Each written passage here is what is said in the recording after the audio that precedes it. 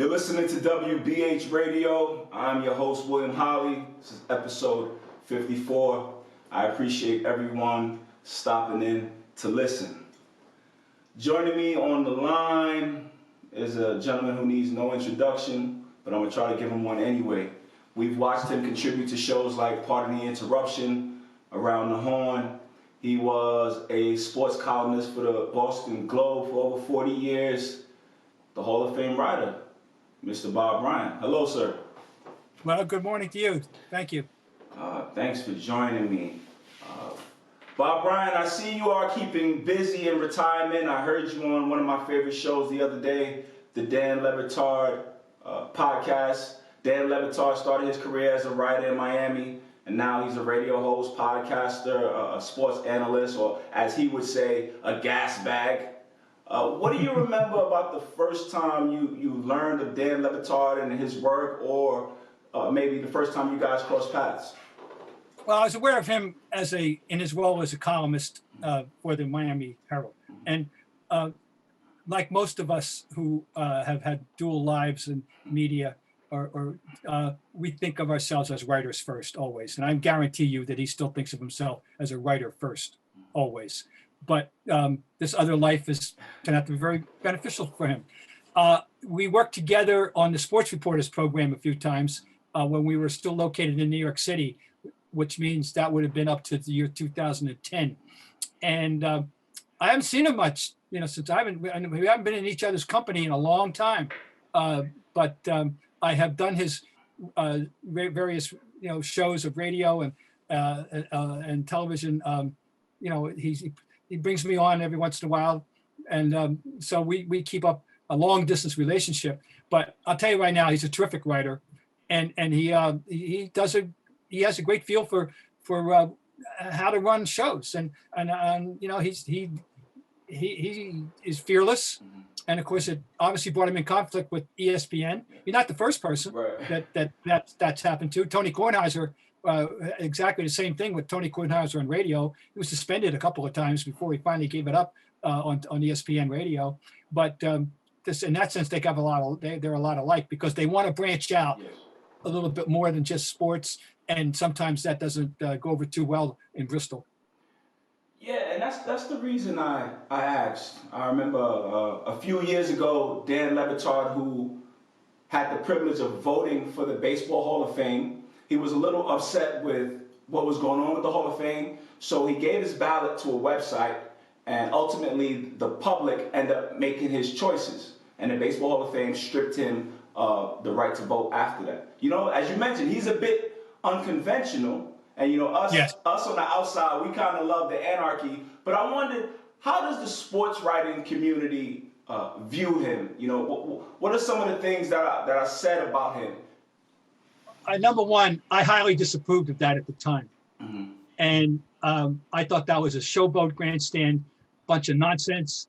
And it was an insult to the rest of us who do vote and to take it seriously and take pride in being honored to have that vote, and who have spent decades of following the sport and caring about it and researching it. And I thought that was awful. And we can be friends. We can agree to disagree. We disagree, I'm sure, on a lot of things.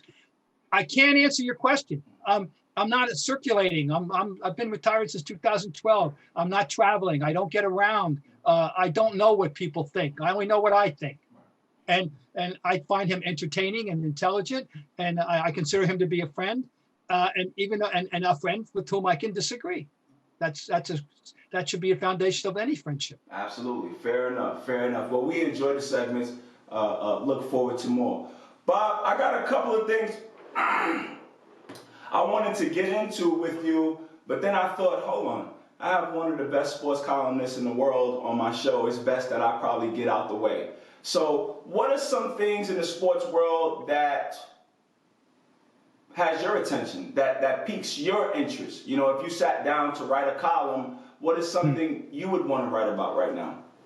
I think this whole hornet's nest about the NCAA and the disparity between the women's tournament and the women's tournament, someone has to say it out loud. There's a reason why the men's tournament is more popular.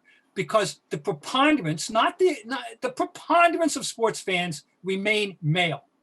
Male, I don't know what the number is. Is it 51%? Is it 78%? Is it 93%?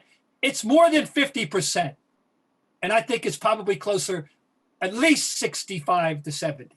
And so now 30, 40 years ago, it would have been 90. Yeah. So there's a vast increase in female interest in competitive sport as fandom, as fans. Okay, now, the fact is that most males who are basketball fans do not care about the women's game. Most people who are the audience, who are the patrons, who are the what's the word I'm looking for? The customers, are male. And there are a growing number of males who are getting attuned to the women's game, but it's not even. All right. So that said, it's natural that there would be less attention in general paid to it. Now, where's the obligation of the NCAA to try to be fair to the participants?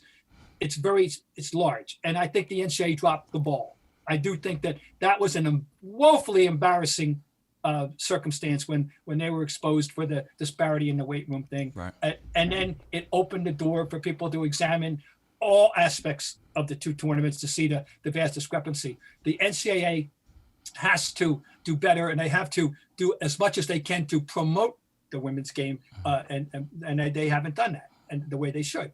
All right, that's fine. But the fact is that anybody, male, any female commentator, has to be naive not to understand that the public is more interested in the men's tournament than the women's tournament, period. Right. Okay? Right. Now, it's getting better.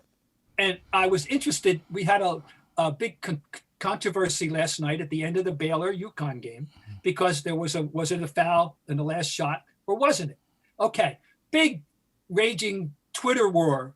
I got involved because I said it was a tough call. Right. I think the referees, then people were posting still photos. There was contact. Well, it wasn't that evident to me that there was necessarily contact. And I thought it was a tough call. Yes. And they made, all right. So anyway, what I'm getting is this. What I tweeted at one point, which I think is very relevant, the fact that we're even having this discussion to the degree we are is a good thing. Somebody was watching. A lot of males watched that game that maybe a year or two or five, and certainly 10 years ago, would never watch the female game. So it's getting better and closer. I thought it was a really good thing that we were having this argument because it was about a female game. But yeah, I'm going back to answering your question. That whole topic. So if you ask me what I think is a hot topic right now, that's one. Second one would be the NFL 17-game thing, which obviously the players are not thrilled about. Alvin Kamara came out, said it was dumb. I agree with him, but you understand. It's another payday. It's another game they can televise. It's more advertising revenue. It's more money. And that the NBA, the NFL wants, but the hell with the player safety thing. Right. If the players had their whim, don't you agree, William, that Thursday night football wouldn't exist? Correct. I mean, you got used to the idea that there was one day a year, Thanksgiving, when somebody would have to originally way back. Yes. Somebody would have a short week. There's somebody with the Detroit Lions, and then later on the Dallas Cowboys. Yes. And then everybody else would get wrapped up in it every once in a while. Then suddenly we got Thursday night football. Right. And nobody likes Thursday night football that has to go prepare for those games. The coaches hate it. The players hate it. It's not fair to them, but they have to do it. They have to do it. And now they're going to add another game.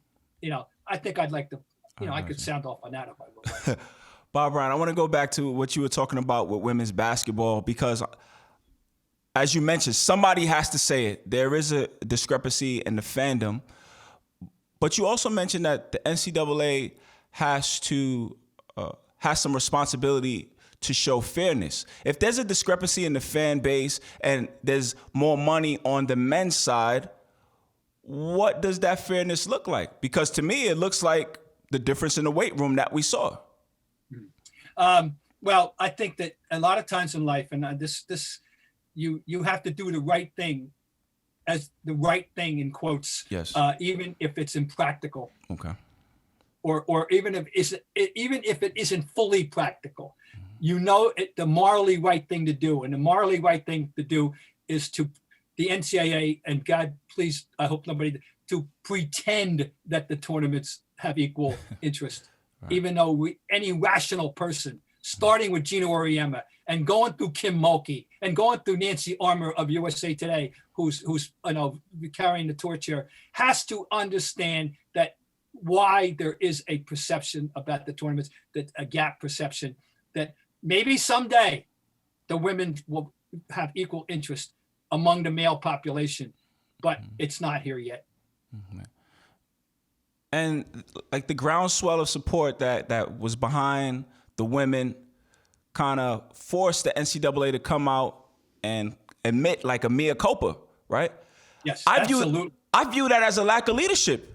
The NCAA and people in that position need to stand up and speak the truth, even if it's unpopular, no? Yes, well, the NCAA is under fire. I don't know how long it's going to last as we know it. Wow. There's so many things that are fraying, that biting at its heels, whether it's the player compensation thing, whether it's the Power 5 football people wanting to separate themselves. I mean, already the NCAA is not what it once was. They don't even control their own football playoff. They do not. They control the men's basketball and women's basketball tournaments and every other tournament at every other level and every sport and every division. They control, but they don't control the college football playoff. It's in the iron grip of the Power 5 conferences on their own. Yes. I mean, if I got it straight here. Yes. And that's a big thing. Nobody talks much about that. So already the NCAA is coming apart. And you know why? If you study the history of it, yes, the NCAA exists for one reason. It goes back to the beginning of the 20th century. It exists because nobody trusts anybody, to be honest. It exists as a personal watchdog. It's a self-generating organization of college presidents who saw that there was rampant, stupid cheating going on, and they needed to have some kind of governing body because nobody trusted anybody. Now, people say that's a horrible oversimplification. Well, I don't think so if you study the history. So right from the start, because when college sports started to take root as a spectator interest in the 1890s, particularly football, they had the tramp athlete. You had guys going from one school to the other every week. They were getting bought. And then, of course, the other thing that happened was Teddy Roosevelt had that conference and said, look, you got to clean up football or I'm going to get it abolished. I'm going to get it illegal, legalize it. And that's the other thing. But anyway, the NCAA is really under siege, from many directions. And so its current head, he's inefficient. I'm not going to say any more than that Mark Emmert, you can do better. Yeah. Now, in the course of the NCAA tournament, I'm friendly with Danny Gavitt, and I feel bad for Danny, but he has to bear some responsibility too for this, discrepancy thing. And they should be ahead of the curve a little more. Yes. This is now that's all this, what's at the fan. Yes. It'll never be the same again. It'll be 2022 tournament will be much different. Everything will be different. And, I don't think we have any doubt about that. Yes. Yeah. You brought up the college football championships and how the NCAA is not even in charge of that. That's something I've discussed on my show, and I've used it to highlight that the NCAA may not have the power that people think. And I've actually defended the NCAA because I think they get a lot of flack for things that are not their problem. For one, the one and done player. The reason for that is because that's an NBA rule that these players have to be 1 year removed from their graduating class. So they have to go somewhere. And also, when these colleges are found to be cheating, paying kids under the table, that's not the NCAA. That is these one-of-one institutions trying to get an advantage, trying to scam the system. But the NCAA bears the burden of that, and nobody stands up and say, hey, that's not us. Going back to speaking truth. It goes back to my point, William, that nobody trusted anybody in 1910, and they can't trust themselves in 2021. 111 years later. This is the nature of the beast. Yes. You have to keep in mind, one, I keep bringing this up, and just so people understand, no other nation on this earth does what we do. No other nation, and that includes Canada, because their college sports are basically Division III as a rule. It's not important up there. No other country has its institutions of higher learning provide entertainment for the masses. In Europe, South America, particularly the two other big basketball interested continents, and any sport, no matter what sport it is, you don't have school teams. You have clubs. You go to school, and then at 3 o'clock you go to your club if you are a member of one, and that's how you participate in adolescent sports activity. Clubs, not high schools. Okay, it's not done. So no other country does this. Now we want this in America. Clearly, we like it. Vast swaths of America have more interest in college sports than pro sports. They're not near a pro sport. Okay, and we've it's part of. But now, as time has gone on, and of course, money. If money weren't so prevalent, we wouldn't have these problems. But there's no that it is. Money is in fact the whole problem, and as the money and. Just go back to the 50s. Yeah, there was cheating in the 50s, but we also had rules.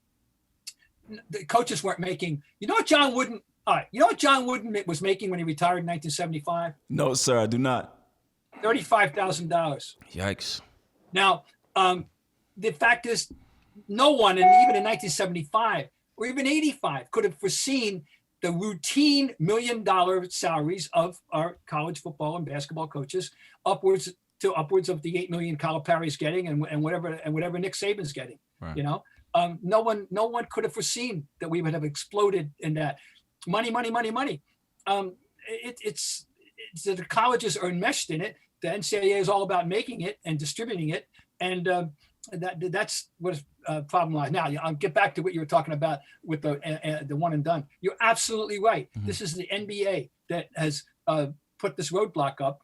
And they're seriously reconsidering, I think, about this. But look at the way things have changed already. The G League teams, that 2 or 5. I think I don't even have the names at my tip to my tongue, but at least 2 of the top 5 to 8 players who will be taken in this draft are guys from that league who aren't playing college ball right now. Names that most public people don't know, and including myself. Right. Okay? Right. But that's the way it's fraying in that regard. But it's all about the NBA. I've said for years, William, let them come. Yes. Let them come. Now they have to understand something. Just because you get drafted doesn't mean you're going to play. Now you can come and enter the workforce, and then you might find yourself in the G League for a year or two, like baseball or hockey. All right. I don't think there's anything wrong with that. That's your choice. You want to come out and you want to enter that workforce. Understand that doesn't mean you're going to be maybe on the varsity the NBA roster. As long as you don't like it, don't come. Yeah. Or you want to go to Europe or Australia, which we know R.J. Hampton did. Do it. And ball. If they want this freedom, you can have it. Give them the freedom, but understand that it isn't as peachy and rosy as you think it is. Right. Necessarily. Excellent. Bob, I want to switch gears. February 7th, 2021, Tom Brady wins his 7th Super Bowl, something we've seen many a Sunday. The difference is he did it in a uniform we've never seen him in before, or we've never seen him win a Super Bowl in, and that's the Tampa Bay Bucs uniform. Bob Ryan, longtime Boston Globe columnist. What was the sentiments that Monday morning in Boston, the newspapers, sports radio, what was it like? I think it was mixed to the degree that a preponderance, more than 50% of people were happy for Tom Brady.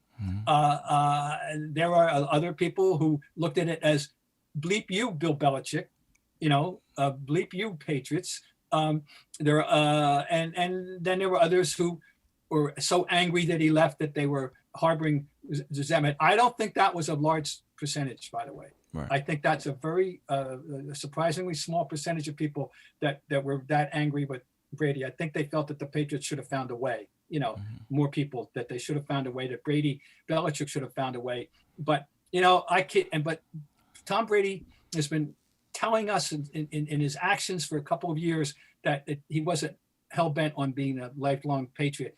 I go back to a famous interview a couple of years ago, I think it was with Jim Gray and Westwood One, and he was asked in so many words, do you feel sufficiently respected or appreciated in New England? And his answer was, I plead the fifth. And from that moment on, people should have been placed on alert. Yes. That, Tom is not 100% happy here. He's not 100%, it's not as, and I keep going back to that. So I think people also, Boston was a high, the Tampa Bay, they fixed it so that you could get just about every Tampa Bay game into televised into the Boston market this year. That was planned, and the ratings were tremendous. Wow. They really were good for those games. Boston became Tampa North for those Sunday afternoons. Right. People cared about seeing how it was going to work out. A lot of it would be just plain curiosity. How's it going to work out? Yes. But I'd say more people were happy for Tom than weren't. You mentioned there was a small group that said, hey, bleep you, Belichick. Yeah.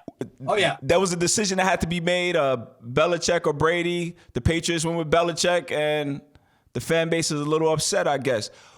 How do you think Robert Kraft felt that Monday morning?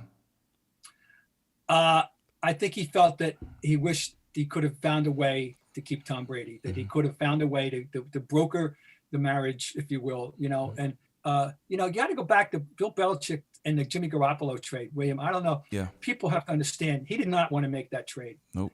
He thought he had found the successor. He was ready to usher Tom out the door within a year or so. At that point, it's 2017 or whatever it was. And when he made that trade with San Francisco, it was for fill in the blank cents on the dollar, a lot less than 100. Yeah. Okay. And he sent him to a place that he likes, to an organization and a coach he respects and likes. Didn't exile him to some football Siberia. He sent him place, gave him a good home in Bill's mind. He did not want to make that trade. He was kind of outvoted, if you will, 2-1. Tom and the owner, I would think. Yeah. Tom at that point, we all were under the impression was the surrogate, the fifth Kraft son. Yeah. And I think that Bill Belichick woke up on the morning of the 8th, not feeling real happy that he couldn't have found a way to get keep Tom. That's what I'm just got my guess. You asked me a question, I'm guessing. For sure. In free agency this year, 2021, the Patriots have handed out $159.6 million in guaranteed money, the most in NFL free agency history. Now, the narrative is Bill Belichick watched Tom Brady win the Super Bowl, so now the pressure's on, and he's going for it, putting all his chips in the table, spending all of this money. That's an easy narrative to run with. Mr. Ryan, what do you think of that theory? I think it's at least 93 1/3% correct. I buy it. It's so atypical. It is so against the grain of the way they have operated in free agency since its inception that there's got to be a reason. He doesn't want this. He wants to come back. He wants to absolutely. He wants to show the world that I don't. I can do it without this guy. I'm still Bill Belichick. He wants to stick around. He wants to catch Shula. It's going to take a few more years of winning double-digit games. Wow. I forget the numbers exactly, but he's not going to do it in 2 years. He's going to have to be around 68 or 9, on the way to 69. He likes what he does. But people have to understand the question. He likes every aspect of being a professional football coach. This is a guy who, when he was 10, 11 years old, was in the film room with Daddy down at Navy. He's a prodigy. He's Mozart in that regard. And he likes everything about it. He likes OTAs. He likes the draft preparation. He likes practice. He likes Sunday. He likes it all. And I think he even enjoys jousting with the media because he controls the situation there. Yes. And I bet I've always been kidding that after one of these sessions, he goes back into the coach's room and says, "Well, I did it to him again." Yep. You know, and because he can be very charming when he wants to be. And he's very good on Fridays, particularly he's a raconteur once all the work's in, and he can just relax on Fridays. I always said that. In fact, John Powers, my old colleague at the Globe, wrote a book of Friday press conferences of Bill Belichick in which he discourses about every topic you can imagine. So anyway, he loves what he does, and he wants to catch Shula. There has never been a person, and I mean I can stand on this one. There has never been a coach in the history of the National Football League who was more steeped in the history and lore of the NFL and knew more about football, everything about football, even beyond the X's and O's, than Bill Belichick. And he worships at the shrine of Paul Brown. And I always kid that he knows more about Paul Brown than Mike Brown does. Is Cam Newton going to be the quarterback that's going to help him catch Don Shula? You know, like most casual fans of this, I hope not, but I'm afraid that appears to be the drift now. We haven't settled. We got all the rumblings in San Francisco now about what they've done, and clearly Garoppolo is available. And is Bill going to really go back after him or not? I don't know. If not him, then what are they going to do? They could draft. They're picking 15. Is Mac Jones going to be there? Is there anybody else that's going to be there that he might be interested in? There's people who are wondering, but he's professed great public fidelity to Cam Newton. He said nothing but nice things about Cam Newton, his work ethic, etc. Blah blah blah blah blah, and he's built this whole bunch. It's given him a much better supporting cast than he had last year. I think we can, on both sides of the football, I think everybody would certainly hope so with the spending spree we just alluded to. It's not definite, but it looks likely. That's all I can say. Got you. What do you make of his Cam Newton's last season with the Patriots? He had COVID. It was his first year there, new system. We always hear stories about the difficulty maybe of black athletes in that environment, like a couple different things working there in that situation. What did you make of his first year as a New England Patriot? Well, the numbers are woeful. You know, I mean, 8 touchdown passes, and now he ran for 12, and he was an asset. There's no doubt. But you know, they had too many Sundays, particularly second half of the year. They had negligible passing offense. He played a game on opening day, which at the time I said, well, if he does this 15 more times, they're going to be fine. Yes. But he didn't. He seldom played a game that balanced level of balancing the passing and the running to that degree. He was bad. Now, some of the experts, I'm just parroting what they're saying. Says it's evident that the arm strength's gone forever. Other people say, no, give him. You know, as you pointed out, he did have COVID. You know, give him a year, give him a chance to come back with a better core of receivers, etc. And let's see what happens. I think he can be better than he was last year. Can he be up to a reasonable NFL level to put him in the middle of the pack, which would be a lot better than where it was last year? We'll see if in fact he is the quarterback. But you can't exaggerate how bad it was at times. I mean, how inefficient, how useless the passing game was in New England. It really was awful. Got you. Bob Ryan, I want to ask you about your Boston Celtics.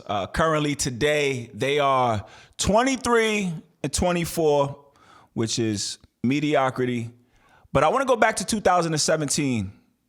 That summer, the Boston Celtics had just come off of a nice run to the Eastern Conference Finals. They were adding Gordon Hayward. They had the number 1 pick in the draft, which they traded to the 3rd pick, and they acquired Jason Tatum. Like, this was supposed to be a run for the Celtics. Hasn't been that way. Not even a finals appearance to show for it. Bob Ryan, what do you make of your Boston Celtics? But right now, there's a lot of unhappy people here, a lot of unhappy fans. The team can't hold leads, or at one hand, they get way behind, and at that stage, these big finishes that fall short, such as they did just last evening at home against the Pelicans. There's something amiss Kemba Walker, who started the season not playing, has never consistently looked like since he has been back, the player that that they hoped he was going to be, the All-Star in Charlotte. Right. The two stars, the young stars who both made the All-Star team, Jaylen Brown, Jason Tatum. Yeah, Jason Tatum and Brown. Certain games there's something missing somehow. It isn't working. And Bob, who's the leader on that team? Well, there has to be a hierarchy. Actually, that's another thing. Marcus Smart I think he would appoint himself easily. And Jaylen, no, I think he would. And Jaylen Brown would probably envision. They don't have that. They had Horford around for a couple of years, and he was the big brother factor. They don't have that figure. Tristan Thompson is not really that kind of guy. He's a good locker room guy, but he's not. I don't think he's that kind of guy. They don't have that kind of guy right now. They and now I'll get right to it. People, this is all in Brad's lap. This is all in Brad Stevens' lap, and the honeymoon is clearly over with regard to the fan appreciation for Brad Stevens. And they're saying, okay, you got to fix this. This is why we're paying you the big money. You're the coach, and it. They haven't been consistent all year, and right now they're even back under 500. They just made a move, that they picked up Evan Fournier, who did not exactly endear himself to the fans in his first evening by going 0 for 10. Wow. But I'm sure that's going to be an aberration. I think he will help in the long run. But it just isn't working and the way it should, and people are not happy. There's no doubt about it. The idea that they're behind the Knicks, that doesn't stunning. Work. That's stunning. But due to the mediocrity of the East, beyond the first three teams, they're still heavily in the middle of the playoff mix, and that means they can't right the ship. Right. But Bob, you mentioned the head coach, Brad Stevens. A lot of this is on his lap. But what about taking it a level above his to the general manager, Danny Ainge? As I mentioned, 2017, he had money for max slots. He had a number one pick in the draft. When you talk about the pieces that Brad Stevens has, he put him there. Right. Well, and he's been taking, he's saying the right things in terms of, I built this. It's my, I gotta figure it out. He has actually said that in the past week. He thought he made moves. I think people generally applauded getting Tristan Thompson to augment what they had. Yes. That he would give them a dimension that they lacked, a physical force in the middle, a somewhat of a rim protector. That he would augment Daniel Tice and help him get ready for Robert Williams. By the way, there was one bright spot to hang your hat on. What's that? Robert Williams. Looks like that was a really good pick. And they waited out his early health issues, and he's keeper. Gotcha. So that's one good thing, and that Danny can take credit for that. But there's always a shared responsibility. The guy who gives you the menu and the guy who gives you the ingredients, and then the guy who has to cook the meal, to borrow Parcells' phrase. And there's enough blame to go around for everybody, including Brown and Tatum at times. Tatum, some nights he takes it to the hoop and he's strong. He's got a swagger, and other nights he's settling for the step back three when you don't need to. And it's just hard to, I don't know what's going through his head sometimes. Gotcha. So there's a lot of blame, if you will. There's a lot of reasons, but it adds up to this, though, William. A lot of unhappy fans. Yes, I bet that are, they just feel it should be better. Now, the other thing was the Hayward thing. At this time, 1 year ago at this time, heading into the playoffs, they were playing well, and Hayward finally looked like the Hayward that they had, picked up, give the big money to. It was working. He was distributing the way he can. He was doing. It was the complementary player. It was all working.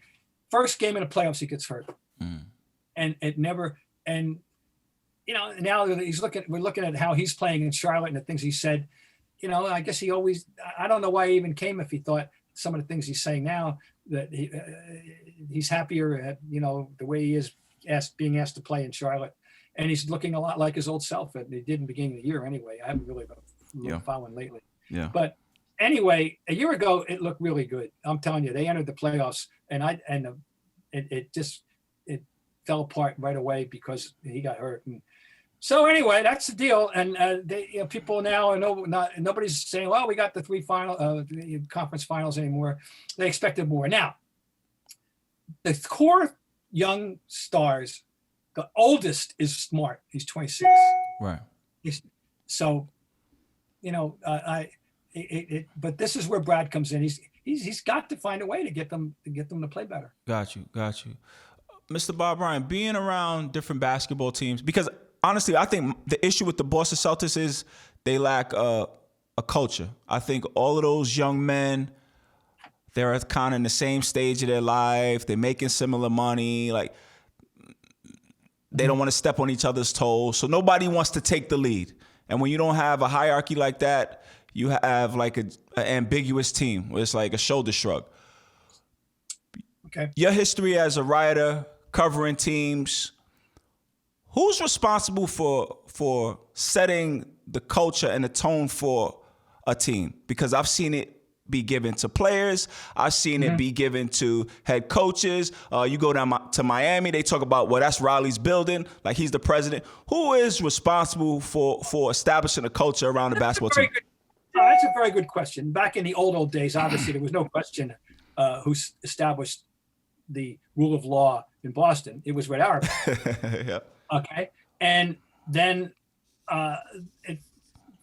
his last year coaching, believe it or not, was 55 years ago. So he was only 48 years old when he stopped coaching in 1966.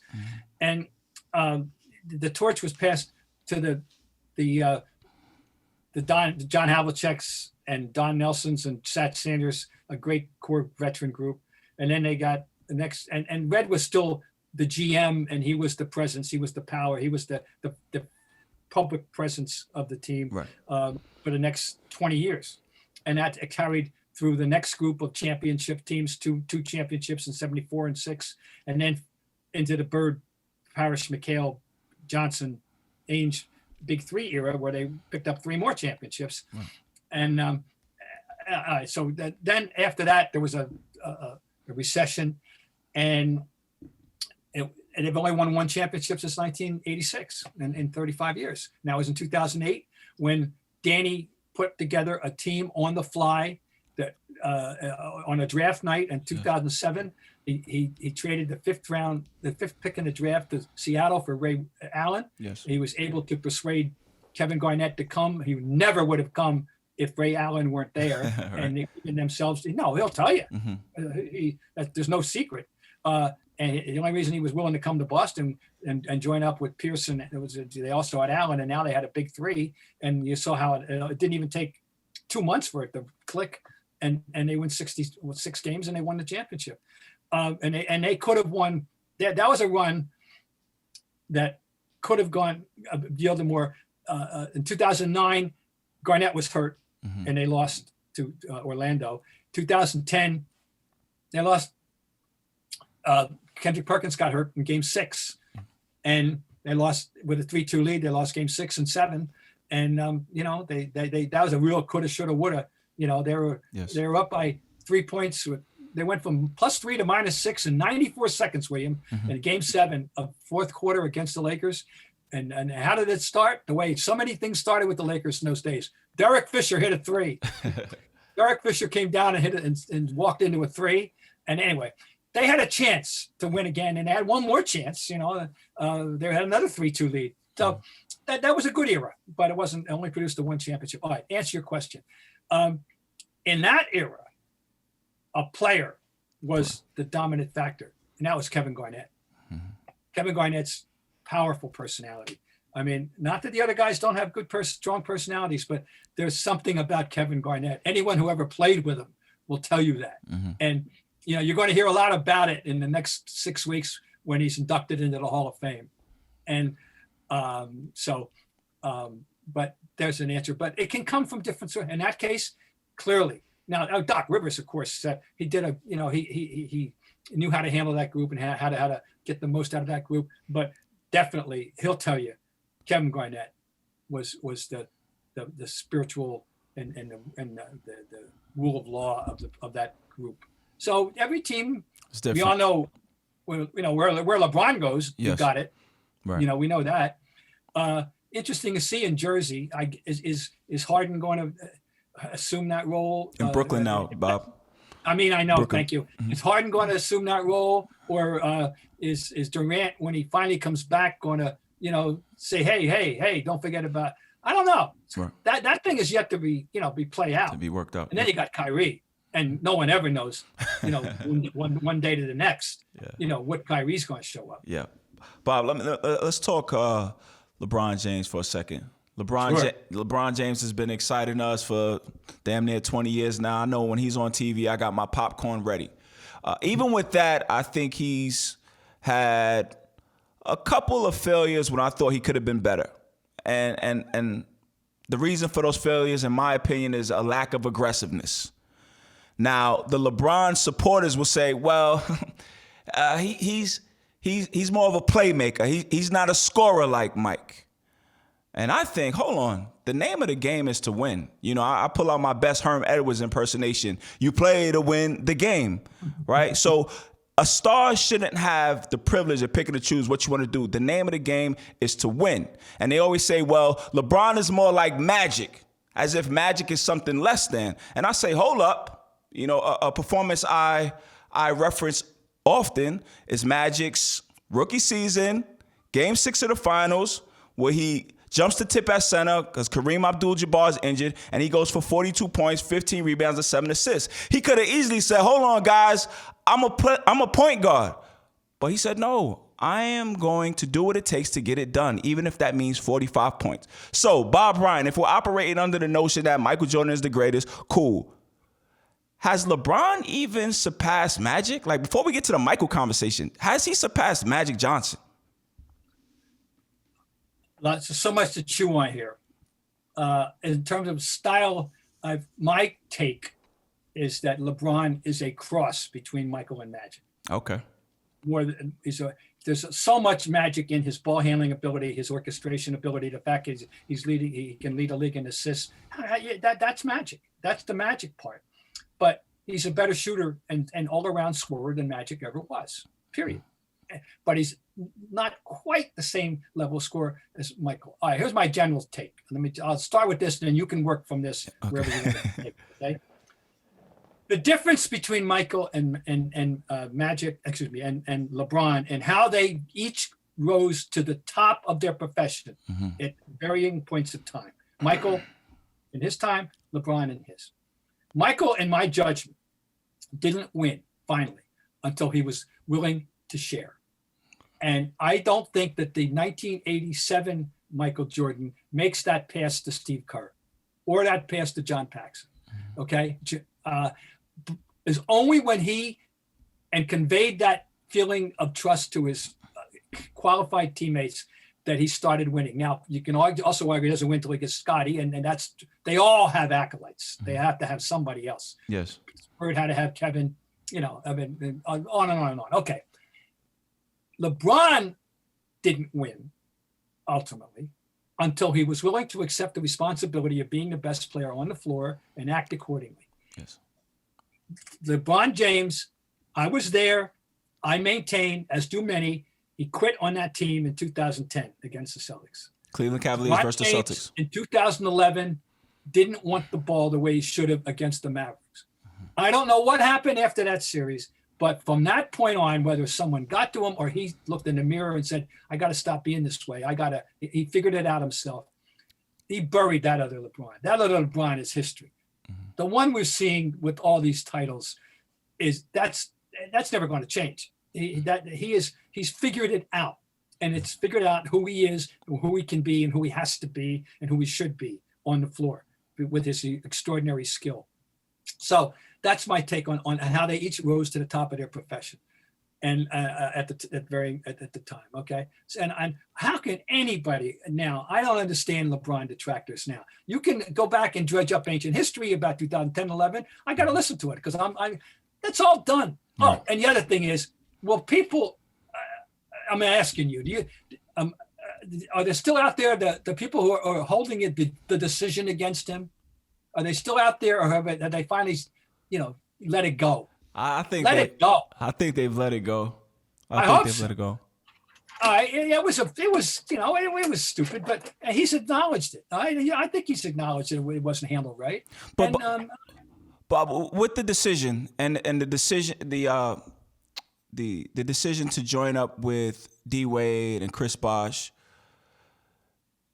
they would reference other big threes in history, like Kevin McHale, Larry Bird, and Robert Parrish.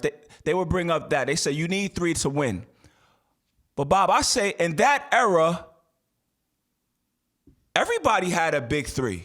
You know, the talent was kind of more saturated. There was more, I guess, parity with the talent. But in LeBron's era, it's him, D Wade, and Chris Bosh going to New York to face little old Melo. Like that was being a bully. That wasn't the same as Magic and Worthy and Kareem versus Bird, McHale, and Parrish. It wasn't the same. No, that LA Boston thing was an epic historical summit conference. Right. In that era. No, there's no question. But first of all, I resist, William. I don't like to subscribe to this absolutes about you got to have three, you got to do that. Right. I don't think there's any you gotas. Right. Every different mixes win, different formulas, different circumstances. I don't think that's just people. It's easy to focus on that now because you know they did. Miami guys, they did create that cult, that bond. They did create that unit, but I don't know. You got to have three necessarily. I mean, do we call the Warriors when they were in their zenith a three? Because and who's the third? Is it Draymond? Is he on that level? No. I mean, you'd have to say he'd be the third guy, but. I think they called them a Hampton Five.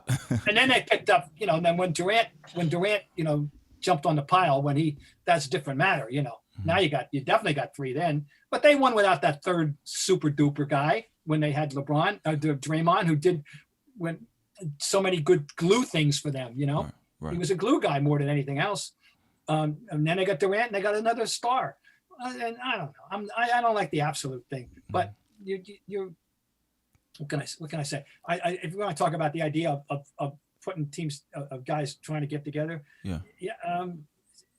that toothpaste is out of the tube. You know, as long as guys have free agency, and this is going to be, you know, that option or that desire is going to be there. Mm-hmm. Mm-hmm. And another piece to the LeBron legacy, I guess, is a fodder for detractors. With the influence of his agency, you know, it's not just free agency. The influence of his agency is a bonus for him as well. You know, you think back a few years ago with Anthony Davis, you know, Rich Paul came out and told the Celtics it doesn't behoove you to trade for him.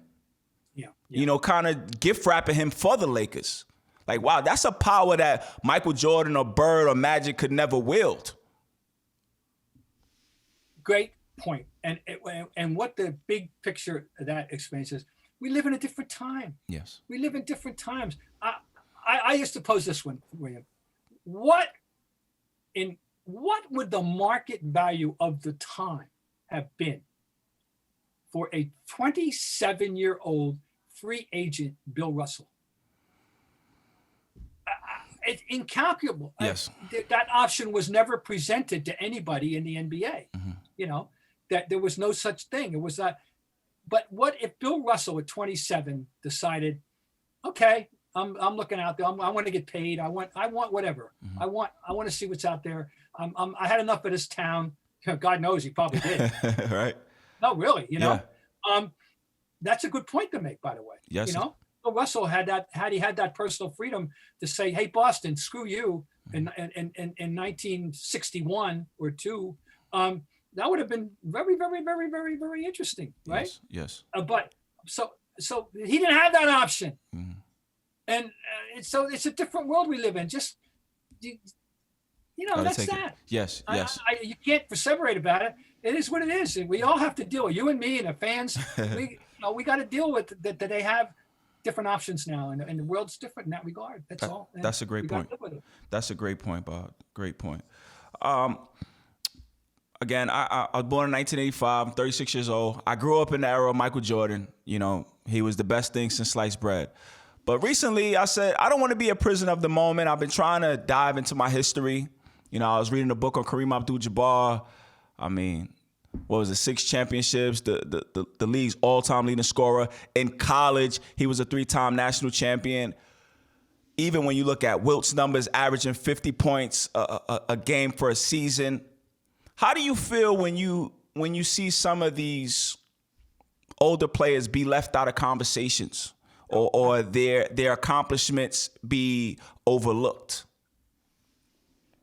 Yeah, too many people think the world began, in ESPN in 1979, and all that. And also this myth about athleticism. Too many people think that, there's a thing out there now that drives, that annoys me. I'll put it very politely. People say, there's guys in the 60s, 70s, they played against plumbers and electricians and dentists, and all that. That's nonsense. You know what that is? That's a basketball QAnon conspiracy theory. It's nonsense. It's absolute basketball QAnon nonsense. There were great athletes playing the game in the 60s and 70s and 80s. That's for sure. You get a little frustrated. It's always welcome when you can bring certain people to the public's attention. Unfortunately, it often happens when they pass away. Elgin Baylor, Exhibit A now. We're only 1 week removed from Elgin's passing. And a lot of people have been educated this week. I've seen, I'm on Twitter. Wow, I didn't realize, that, and I'm trying to educate people. All modern basketball individual offense begins with Elgin Baylor. Basketball, as we know it, is BE and AE.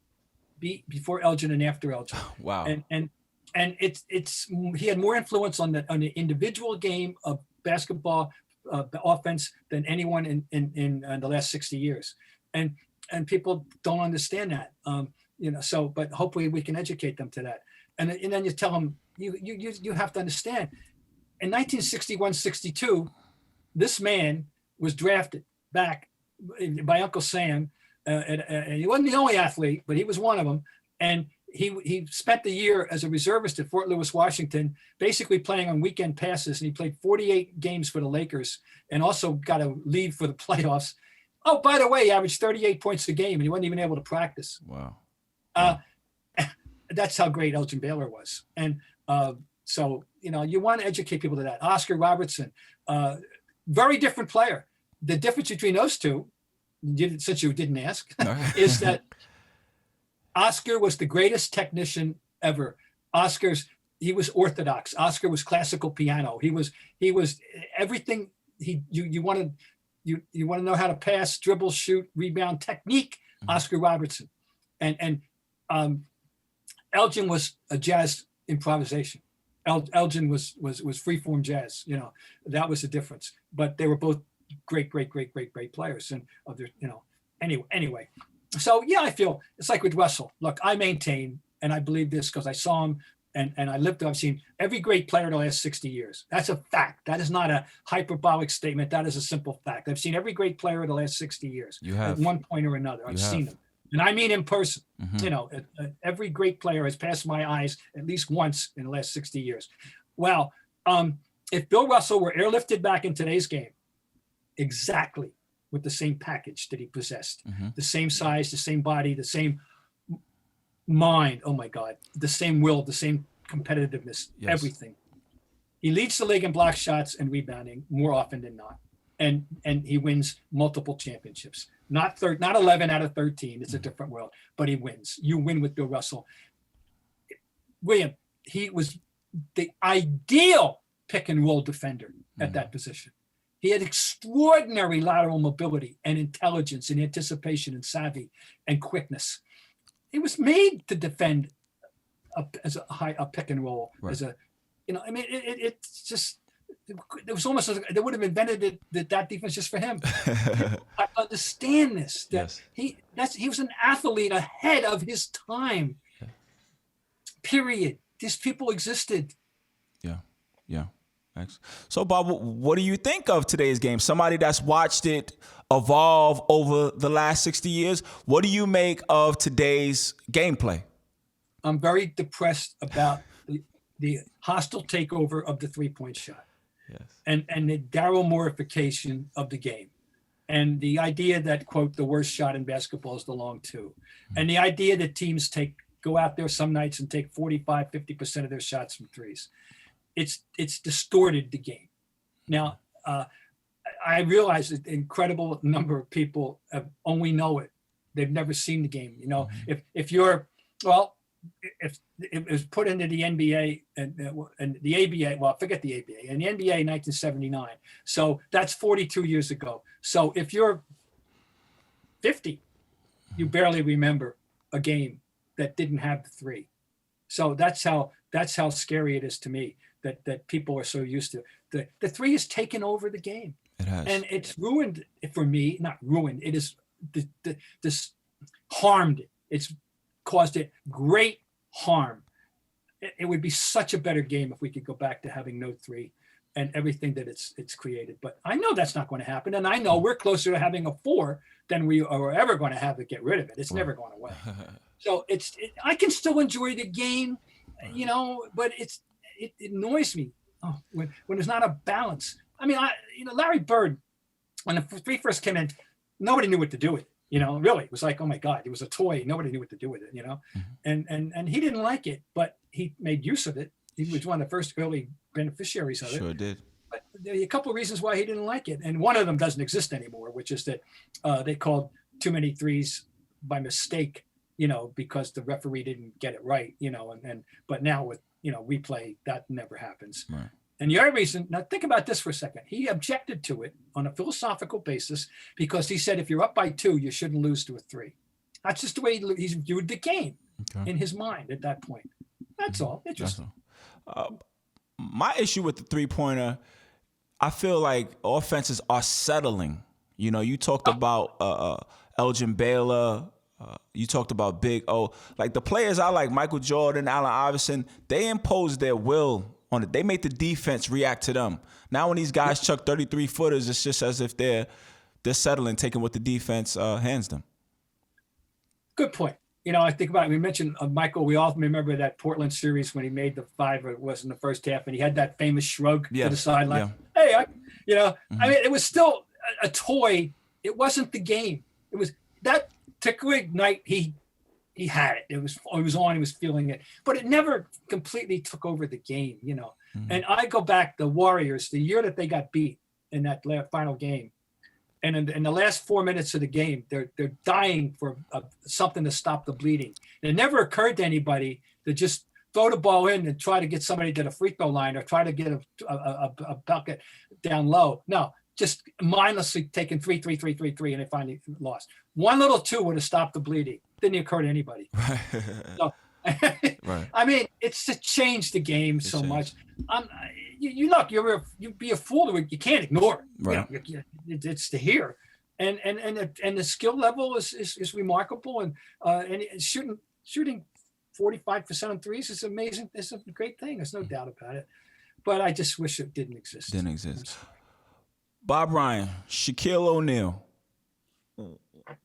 What would he look like in today's game of stretch fours and everybody shooting threes? I waffle back between him. He would have been the most dominant thing ever, or he couldn't stay on the court if he had to guard somebody like Draymond today. Like, what would Shaq look like today? That's a very interesting thing. It's up to a lot of it would depend on what kind of mindset he would bring to it. Mm-hmm. You know, you could look at it and say you're going to have to live with the defensive end. And the flip side is, you know, he'll punish you, allow him to punish people on the other end. You know, if he's having a great night, you know, and he can go for 35, 40, you know, on twos, on his moves. And he did. What is good about Shaq to me was that he broadened his offensive repertoire as time went on. Mm-hmm. I'm going to tell you about the first time I ever saw Shaq. The 1990 Super Bowl was in New Orleans. And I drove out to Baton Rouge to see LSU in his freshman year. And they had Stanley Roberts, who was also, remember, 7 foot tall. Yes, sir. And had Chris Jackson later, Mahmoud Abdul-Rauf. Yeah. Yes, sir. And they played Georgia with Alex Kessler and Laterial Green, except Laterial Green was home. Anyway, in the course of the 40, it was an overtime. They beat Georgia in overtime. In the course of somebody won in overtime. I forget who won. It was overtime. In the course of 45 minutes and however many minutes that he and Stanley Roberts played together, they combined in this game for one non-dunk. Shaq didn't exactly have a bucket load of moves in those days. He developed them, and he had good light feet. And he could be exploited, but I think he would be able to punish you. I'd love to see that. It'd be fun to see how that would have played out. I mean, that would have made for an interesting night to me. Watch Shaq, figure it out. Right. I read a book recently by a gentleman named Joshua Mendelson. It's called The Cap: How Larry Fleischer and David Stern Built the Modern NBA. You were actually quoted in that book quite a few times. And I was laughing out loud at times because I couldn't believe we were talking about the same league. Back then it was the Wild Wild West. Owners were trying to go in different directions. There was no revenue sharing. The NBA couldn't even get on TV. So it's amazing that it's evolved to where we are today. So today, Mr. Bob Ryan, what do you think of the business of basketball? Because me personally, I think the NBA is in a little trouble. You got players who are not playing every night, which is disingenuous to the fans, to the television sponsors. We just had the lowest rated finals in 40 years. Like, what do you make of the business of basketball? Yeah, it's a very good point. I think this concept of withholding players from action, whether it's load management, quote unquote, on one hand, and then of course the other extension of that is when teams are sitting guys down, in anticipation of getting rid of them. We just had another one. Hello there, Andre Drummond. Hello there, Al Horford. Yes. Yes. That's distasteful too. But how would we address it? The one way to address the load management thing, of course, would be if you didn't have 82 games. Right. I mean, 70 games. I think it wouldn't be a horrible world if we had 70 games. Would that help? Would that induce coaches to stop doing this? Because we know who made it an art form was Pop. And he just felt like he could do anything he wanted in the world, really.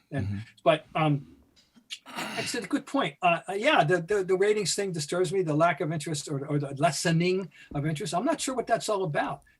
Are people closet? Are there more people like me who are? I'm asking because I don't know. Yeah. Who the 3 points gotten to them too, and they said I just can't deal with this game. I get emails, from old timers, William, yes, to on that topic.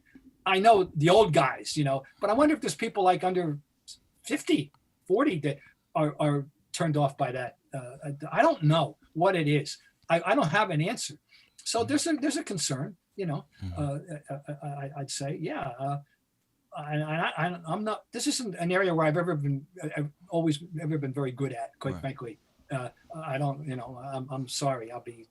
But I'll say this about. I did read the book as well, and my contention always was about Fleischer and Stern, is that what made them interesting as people was that I honestly believe that either one of them could have switched sides and comfortably represented the other side at any point in history. Yeah. That David Stern would have been very comfortable representing players. Yeah. Larry Fleischer would have been very comfortable representing owners. They were so similar and on their intelligence level and perception level. And I just always thought that was one reason why it worked. Yeah, that was definitely a cool book. Talking about the NBA ratings, one theory is the social activism that's taking place is turning people off. America, you got these athletes complaining and disgruntled about social issues. One theory is that fans do not tune in. They do not want to see them wearing a T-shirt saying "I can't breathe." Yeah. And a lot of the conversation around social activism is whether it's right or wrong. That's not the question I want to pose to you, Bob Ryan. Somebody who's watched sports for 60 years, I want to ask you, how effective is today's version of political action from athletes? How effective is it? Well, we've had one amazing manifestation of this, which was the WNBA women.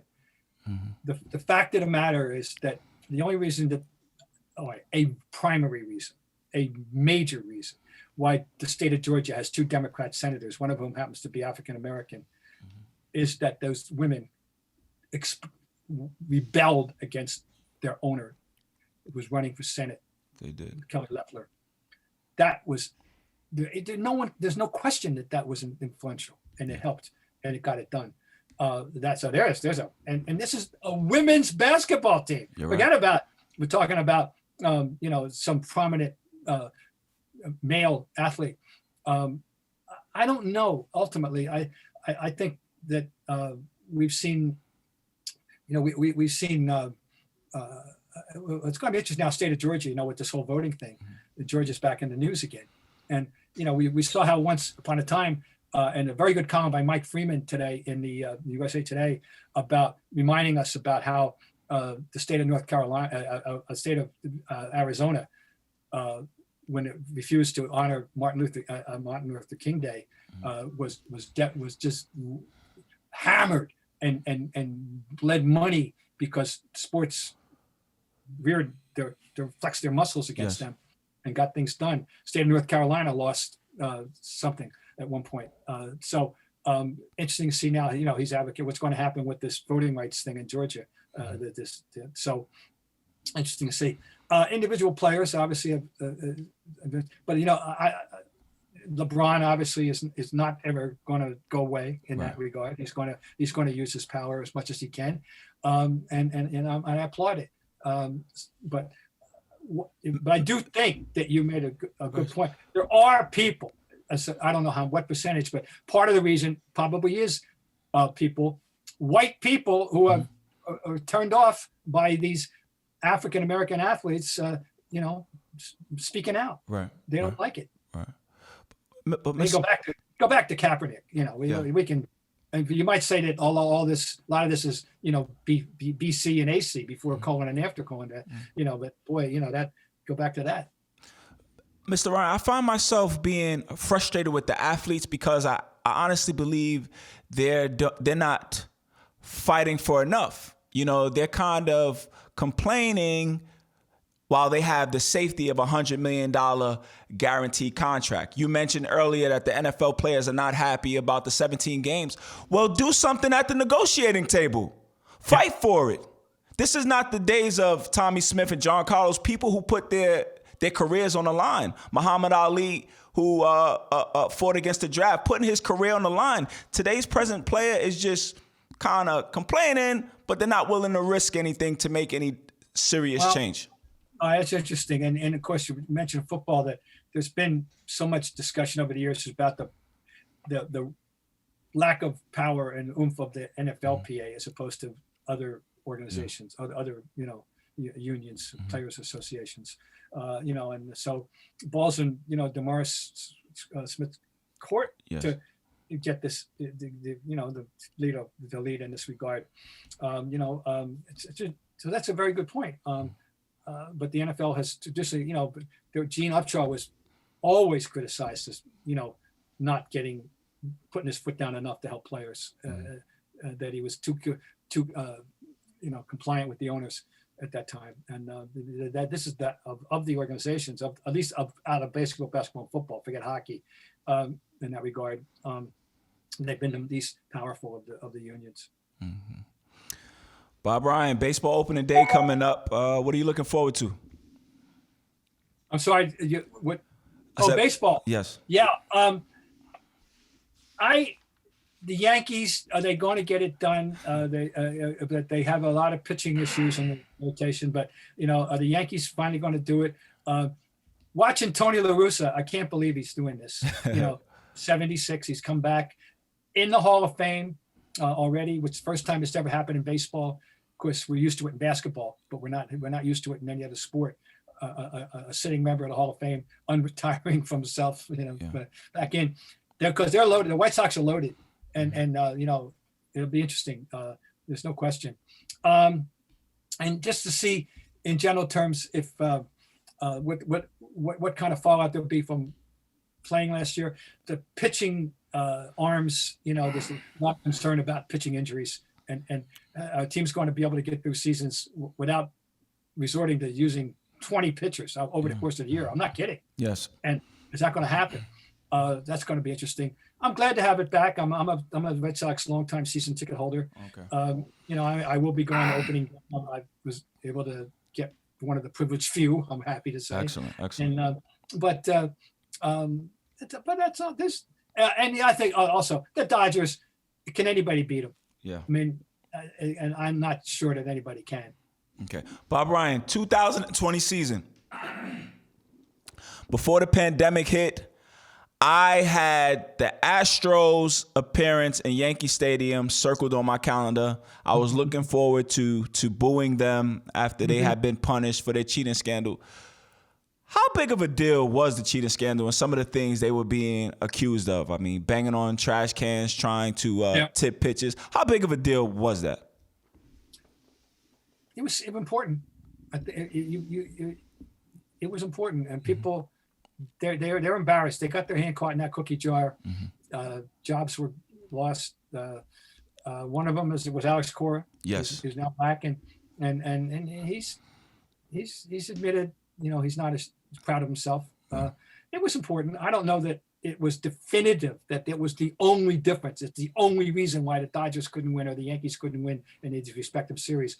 I'm not, but it was an aid. It was a help. I don't think there's any question about it, and also the one moment that, you kind of smirk is Altuve running down that third base line after that home run, making sure they weren't going to, what was he hiding under that shirt, right?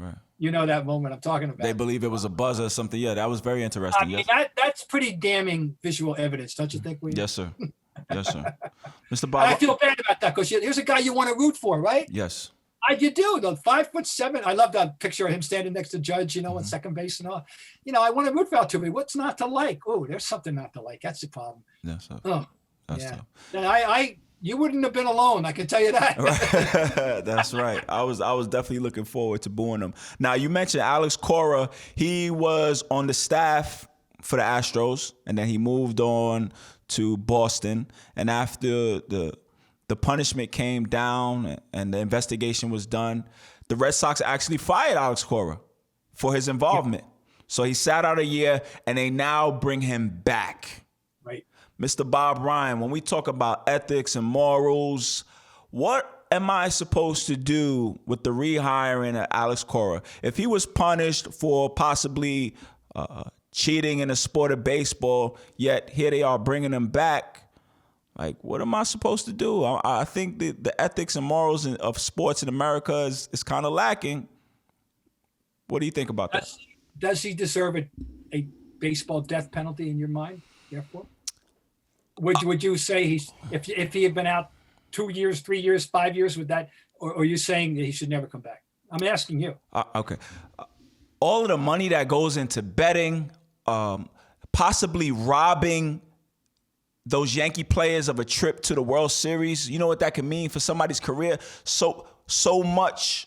If Judge went on to win the World Series MVP, like that stuff might have been taken away. So if Pete Rose gets a lifetime sentence, I think those individuals involved in that crime is just as damning. Yeah. Well, once we're going to go back to the original question, how much value was there? It's just like Deflategate and Spygate. We'll never know. Well, Deflategate, I can tell you, was utter nonsense, dribble nonsense, total idiocy. Spygate, we'll never know what percentage of aid it was, and whether it would make a difference. We'll never know. And we'll never know the answer, the definitive answer to how much benefit the Astros gained from it. You make a good point. This is a gray area. There's gray in this. My Crayola box got gray, always got gray. Yeah. I don't just have black and white. I got gray in my Crayola box. It's and am I influenced because I really want to like Alex Cora and I know what a good baseball guy is, and I think can we say let him off the hook by him saying, okay, I made a mistake. I apologize. How can he make it up to those guys? I don't know. You raise a good point. And I'm not totally, if they had chosen not to bring him back, I wasn't going to go, start a campaign to get him back. Yeah. But I'm signing off on it. Yeah, I am. Cool. I'll be honest. Because my issue is kind of with the selective moralization in sport. Yeah, you're right. I look at Ray Rice. The narrative is kind of he got ousted because of his violent dispute with his spouse. But then you look in the NFL and you got Kareem Hunt, who has a video out there of him hitting a woman. You have, I think it's Joe Mixon. There's a video of him hitting a woman also. So the moralization is kind of influenced by the bottom line. Oh, you raise a great point. The fact is, the apparent issue was Ray Rice ultimately was expendable. If you're expendable, you're in trouble. If you're not expendable, then, look at what will it take for us to rid ourselves of Antonio Brown, right? He's going to have to slow down in the 40. That's really. I mean, he's so damn good still. Look at it. Did it again. And that's as simple as that. So.